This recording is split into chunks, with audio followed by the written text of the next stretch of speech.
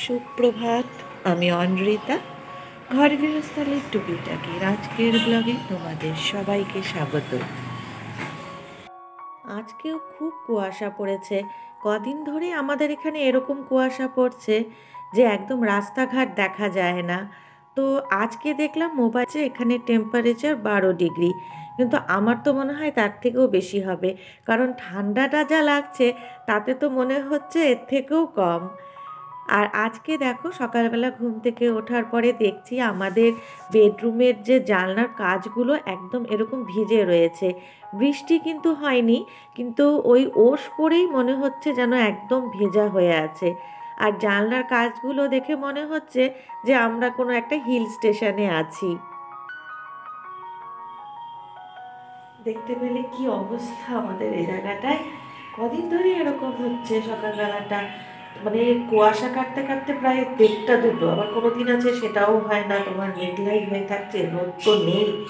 কি যে ঠান্ডা পড়েছে, পুরোপুরি সব ঢাকা, শুধু নাকটা ফাঁকা আছে, কিন্তু নাকটাও মনে হচ্ছে একদম জ্বালা করছে ঠান্ডার চোটে। আর সব থেকে কি কষ্ট বলো তো, এই সকালবেলা না এই ঠান্ডা জলের মধ্যে হাতটা দেওয়া, কাজ করতে একদম ইচ্ছে করে না, কিন্তু কি করব, করতে তো হবেই, আর কিছু করার নেই। আর ঘরের তো সমস্ত লাইট বন্ধ, জ্বালানো, দরজা জানলাগুলো সব বন্ধ। এইভাবেই চলছে আমাদের আজকে বেশ কয়েকদিন হয়ে গেছে। কবে ঠিক হয় জানি না, তবে এরকম ছিল না, কিন্তু একদমই ঠান্ডা ছিল না, হঠাৎ করে এরকম ওয়েদারটা হয়ে গেল। চলো আর কি করা যাবে, কাজ করতেই হবে। আস্তে আস্তে এখন নিজের কাজকর্ম শুরু করি, দিনটাও শুরু করতে হবে। যদিও অনেকটা দেরি, এখন কিন্তু প্রায় 8:45 বাজে, মানে সকালবেলা ঘুম থেকে উঠে দিন শুরু করছি অনেক দেরিতে। মানে লেপের নিচ থেকে বেরোনোটা না একটা বিশাল কষ্টের ব্যাপার। ঠিক আছে, আর কিছু করার নেই, এখন যাই বিছানা তুলি, আস্তে আস্তে কাজগুলো শুরু করি। সকালবেলা ঠান্ডা জলে মুখ ধোয়াটা মনে হয় যেন আরও বড় একটা পানিশমেন্ট। তাই এই কদিন ধরে সকালবেলা একটু গরম জল দিয়েই মুখ ধুচ্ছি। আর সকালবেলায় তো খালি পেটে 1 গ্লাস জল খাওয়া আমার সবসময়েরই অভ্যেস। তবে এখন একদমই নর্মাল জল খাওয়া যাচ্ছে না, একটু গরম জল মিশিয়ে খেতে হচ্ছে। খালি জল খেলে মনে হচ্ছে যেন একদম মুখটা পুরো কেটে গেল। তো এখন জল খেয়ে যাব বিছানা তুলতে। আর এই বিছানা তোলা না একটা বড় কাজ, বিশেষ করে শীতের দিনে।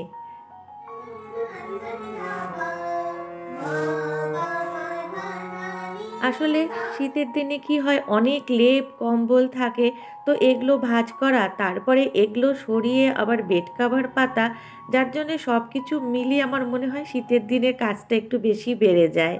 তবে সকালবেলা ঘুম থেকে উঠেই বিছানাটা সবার আগে তুলি, কারণ বিছানায় মশারি টাঙানো কি এলোমেলো অবস্থায় রেখে তারপরে অন্য কাজে যেতে ভালো লাগে না। আর সকালবেলা যদি একবার বিছানাটা না তুলে অন্য কাজে যাই, তাহলে দেখেছি সেদিন আর সহজে তোলা হয় না বিছানাটা। তো ঘরের কাজকর্ম সেরে এবারে চলে এসেছি রান্নাঘরে, কারণ অফিস আছে। তবে আজকে হিয়াজিয়াকে আর স্কুলে পাঠাবো না ভেবেছি, বেশ কদিন গেছে, আর এত ওয়েদারটা খারাপ, আবার ঝট করে ওদের ঠান্ডা লেগে গেলে মুশকিল হয়ে যাবে। ওই জন্য বললাম আজকে আর যেতে হবে না, থাক। আর আজকে এখন রান্না করছি আলু বেগুন দিয়ে বাটা মাছের ঝোল। এই বাটা মাছের না দেখবে ঝোলও ভালো লাগে, আবার চচ্চড়িও ভালো লাগে। তবে এখন তো শীতকাল, ছোট ছোট আলুগুলো উঠে গেছে আমাদের এখানে, তাই এই গুঁড়ো আলু দিয়ে একটু বেগুন দিয়ে কিন্তু বাটা মাছের ঝোল খেতে খুব ভালো লাগে। তো সকালবেলায় আগেই ঝোলটা করে নিলাম, তাহলে ও অফিসে যেতে পারবে মাছের ঝোলটা খেয়ে। আর আজকে তারপরে রান্না করব পালং শাক দিয়ে মাছের মাথা। তো মাছের মাথাটা দিয়ে পালং শাক করা, এটা আমি শিখেছি মানে আমার মায়ের কাছ থেকেই। এর থেকে আমাদের বাড়িতে হতো, তো খেতে আমার খুব ভালো লাগতো। তো যাই হোক, এখন বিয়ের পরে মায়ের কাছ থেকে শিখে আমিও করি। তো পালং শাকে না প্রথমে একটু কালো জিরে ফোড়ন আর কাঁচা লঙ্কা ফোড়ন দিয়ে শাকটাকে ছেড়ে দিয়েছি, আর একটু ঢাকা দিয়ে দিয়েছি লবণ দিয়ে, যে ওটা আস্তে আস্তে নরম হতে থাকুক। আর এদিকে আমার বাটা মাছের ঝোলটা প্রায় হয়ে গেছে, তাই মাছগুলো দিয়ে দিলাম। এবারে একটু ফুটিয়ে তারপরে নামিয়ে নেব। আর এই পালং শাক দিয়ে মাছের মাথাটা সবসময়ই আমি চেষ্টা করি ছোট পোনা মাছের মাথা দিয়ে করার। বড় মাছের, অনেক বড় মাছের মাথা দিয়ে এটা কিন্তু অত ভালো হয় না, সেই জন্য আজকে ঘরে একটা ছোট পোনা মাছের মাথা ছিল, ওই জন্য ভাবলাম যে এটা দিয়ে করি। আর এখন শাকটা একটু নরম হয়ে এসছে, তাই এতে দিয়ে দিলাম অল্প করে জিরে বাটা। আর এখন ভেজে রাখা মাছের মাথাটা দিয়ে দিয়েছি। এবারে বেশ কিছুক্ষণ একটু নাড়াচাড়া করে মাছের মাথাটাকে ভালো করে ভেঙে দেবো, যাতে শাকের সঙ্গে ভালো করে সেটা মিশে যায়। আর এখানে আমি বাটিতে নিয়েছি অল্প চালের গুঁড়ো আর আদা বাটা, অল্প করে জল দিয়ে এটা গুলে নিলাম। আর এখানে এবার এটা দিয়ে দিয়েছি। তবে এটা কিন্তু শাকটা বেশ ভালো করে ভাজা ভাজা হওয়ার পরে দেব। তারপরে দেওয়ার পরে আবার কিছুক্ষণ একটু ভালো করে ভাজা ভাজা করে নিয়ে তারপরে নামিয়ে নিলেই রেডি হয়ে যায় মাছের মাথা দিয়ে পালং শাকের ঘন্ট। এটা কিন্তু খেতে সত্যি খুব ভালো লাগে, তোমরা একবার বাড়িতে খেয়ে দেখতে পারো। তো আমার রান্না মোটামুটি আজকে এখন হয়ে গেছে। আর এবারে চলে এসেছি ওপরে ঘরে জামা কাপড় ভাঁজ করা। এই যে বললাম সকালবেলায় যে শীতের দিনে বিছানা তোলা যেমন একটা বড় কাজ, আর জামা কাপড় ভাঁজ করাটাও একটা বড় কাজ। কি হয় বলো তো, এত বেশি সোয়েটার, ফুল প্যান্ট, উলিকট এগুলো আমাদের পরা থাকে। এই সকালবেলা থেকে হিয়াজিয়া এগুলো একবার করে খুলেছে, স্নানে গেছে, তারপরে আবার যেদিন ওদের প্রাইভেট পড়া থাকে সেদিন তো আরও বেশি হয়, কারণ এসেই বাইরের ড্রেসগুলো খুলে স্নান করে আবার স্কুলে চলে যায়। আর সারাদিন ধরে এই জামা কাপড় ভাঁজ করতে থাকি। তবে এগুলো আজকে বিছানাতেই রাখলাম, কারণ ওরা আরেকটু পরে আবার এসে এগুলো পরবে। আর এবারে আমার একটা কাজ আছে, অনেক দিন থেকে ভাবছি করবো আর করা হচ্ছে না। এর আগে কি করেছিলাম, আমলকি না শুকিয়ে ঘরে এরকম রেখে দিয়েছি। তো মাঝে মাঝে ভাবি যে হিয়াজিয়াকে একটু আমলকি ভেজানো জল মাথায় দেব, কিন্তু এত ঠান্ডা সাহস পাই না।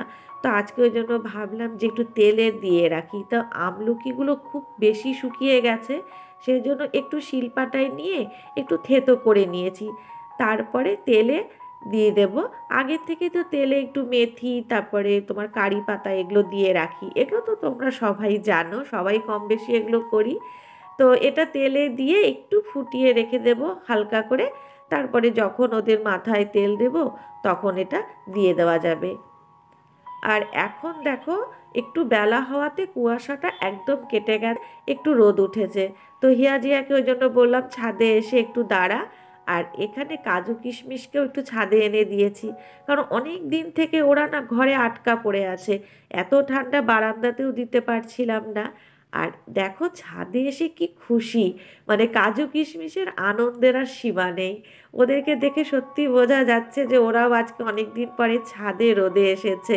আসলে বেশ কিছুদিন থেকে ঘরে রাখি, এত ঠান্ডা তো বাইরে বেরিয়ে করছিলাম না, একটা কাঁথা দিয়ে ঢেকে রেখে দিয়েছি।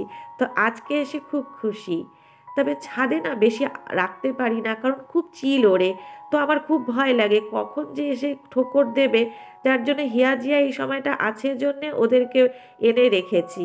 কিন্তু ওই যে দেখো আবার চিল এসেছে। আর এই চিল দেখে হিয়া সবার আগে দৌড়ে নিচে নেমে গেছে। তো হিয়া জিয়া যদি আগেই দৌড়ে যায় তো কাজু কিশমিশকে ওরা আর কি রক্ষা করবে। তা আমি দেখলাম যে আমাকে তো এখন কাজের জন্য নিচে যেতেই হবে। তো কাজু কিশমিশকে ছাদে রেখে গেলে না আমার আরেক চিন্তা বাড়বে। তো ওর থেকে আমি ওকে না নিচে নিয়ে গিয়ে বারান্দায় একটু রোদ আছে ওখানেই রেখে দিলাম। আর এখন ঘরটা একটু ঝাঁট দেব, কারণ ঘরটা তো আমি সবসময় ঝাঁট দিয়ে রাখি।